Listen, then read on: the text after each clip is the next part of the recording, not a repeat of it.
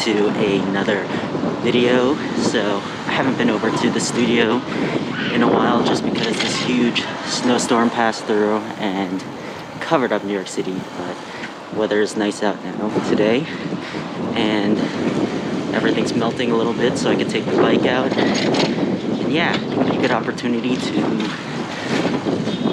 share this bike that I have, that I've been riding, that I haven't really featured on the channel before.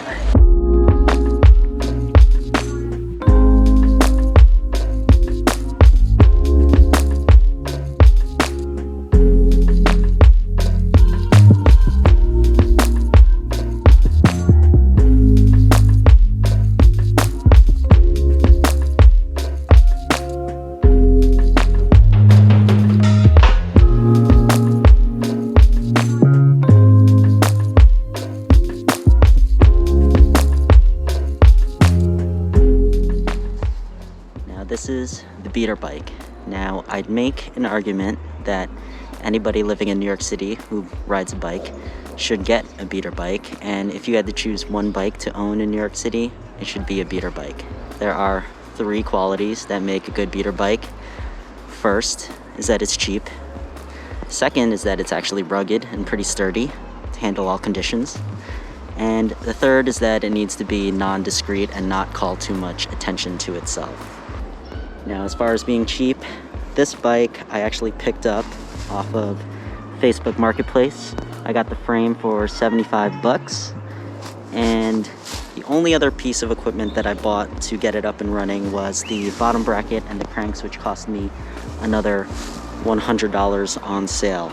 Now, every other component that I added onto it, like handlebars, the stem, the seat post, and the wheels and the tires, all of those were replaced off of the other bikes that I owned, so there wasn't any additional cost to me. So in total, I spent about 175 bucks to put this bike together. Now, why does it need to be cheap? Because you can't be too afraid if it gets stolen.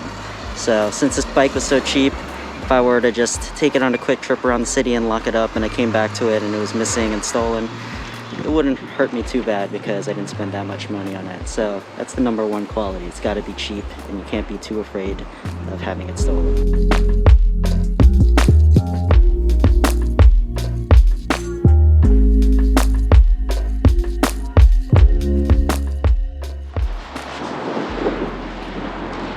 Right, now the next good quality of a good beater bike is that it's really got to be sturdy and rugged. Because especially in conditions like this, when we've got a bunch of snow on the ground melting, and on top of that you got the New York Department of Transportation just pouring a lot of salt on the ground, and there's just a lot of loose gravel from the plows, your bike's gonna get dirty, and that's a recipe for rust. And you've got to have a bike that can handle that, or be able to replace the parts that get damaged from that.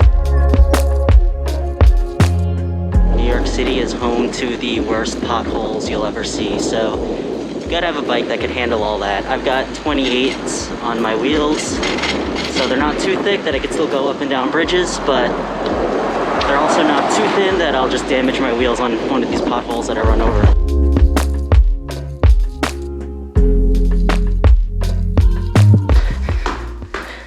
Definitely not the lightest bike.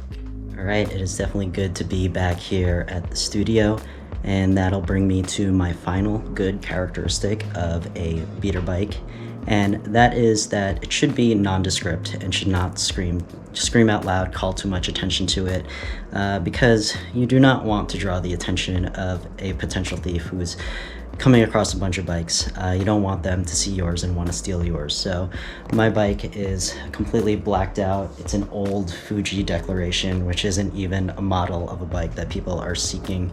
But you know, all that stuff wrapped into one. Nobody's really going to be looking to steal it.